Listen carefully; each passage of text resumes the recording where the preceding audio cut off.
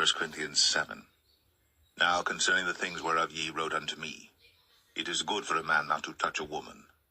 Nevertheless, to avoid fornication, let every man have his own wife, and let every woman have her own husband. Let the husband render unto the wife due benevolence, and likewise also the wife unto the husband. The wife hath not power of her own body, but the husband, and likewise also the husband hath not power of his own body, but the wife. Defraud ye not one the other, except it be with consent for a time, that ye may give yourselves to fasting and prayer, and come together again, that Satan tempt you not for your incontinency. But I speak this by permission, and not of commandment. For I would that all men were even as I myself. But every man hath his proper gift of God, one after this manner, and another after that. I say therefore to the unmarried and widows, it is good for them if they abide even as I. But if they cannot contain, let them marry, for it is better to marry than to burn. And unto the married I command, yet not I, but the Lord. Let not the wife depart from her husband. But, and if she depart, let her remain unmarried, or be reconciled to her husband, and let not the husband put away his wife. But to the rest speak I, not the Lord. If any brother hath a wife that believeth not, and she be pleased to dwell with him, let him not put her away. And the woman which hath an husband that believeth not, and if he be pleased to dwell with her, let her not leave him. For the unbelieving husband is sanctified by the wife, and the unbelieving wife is sanctified by the husband. Else were your children unclean, but now are they holy. But if the unbelieving depart, let him depart. A brother or sister is not under bondage in such cases, but God hath called us to peace. For what knowest thou, O wife, whether thou shalt save thy husband? Or how knowest thou, O man, whether thou shalt save thy wife?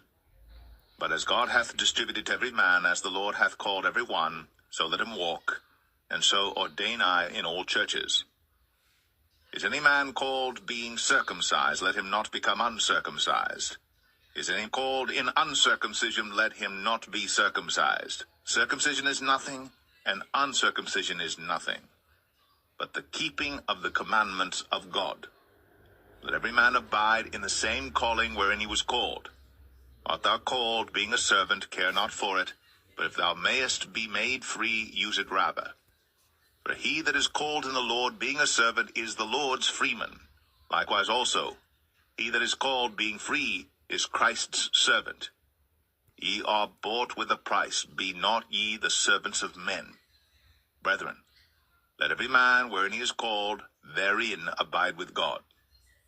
Now concerning virgins I have no commandment of the Lord, yet I give my judgment as one that hath obtained mercy of the Lord to be faithful. I suppose therefore that this is good for the present distress. I say that it is good for a man so to be. Art thou bound unto a wife? Seek not to be loosed. Art thou loosed from a wife? Seek not a wife. But, and if thou marry, thou hast not sinned, and if a virgin marry, she hath not sinned. Nevertheless, such shall have trouble in the flesh, but I spare you.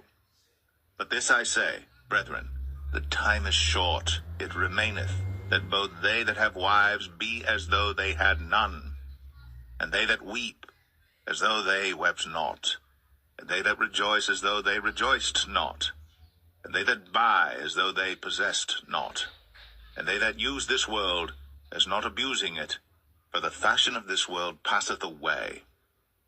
But I would have you without carefulness. He that is unmarried careth for the things that belong to the Lord, how he may please the Lord. But he that is married careth for the things that are of the world, how he may please his wife. There is difference also between a wife and a virgin. The unmarried woman careth for the things of the Lord, that she may be holy both in body and in spirit. But she that is married careth for the things of the world, how she may please her husband. And this I speak for your own profit, not that I may cast a snare upon you, but for that which is comely, and that ye may attend upon the Lord without distraction. But if any man think that he behaveth himself uncomely toward his virgin, if she pass the flower of her age, and need so require, let him do what he will, he sinneth not, let them marry. Nevertheless, he that standeth steadfast, in his heart, having no necessity, but hath power of his own will, and hath so decreed in his heart that he will keep his virgin, doeth well. So then, he that giveth her in marriage doeth well, but he that giveth her not in marriage doeth better. The wife is bound by the law as long as her husband liveth. But if her husband be dead, she is at liberty to be married to whom she will only in the Lord. But she is happier if she so abide after my judgment.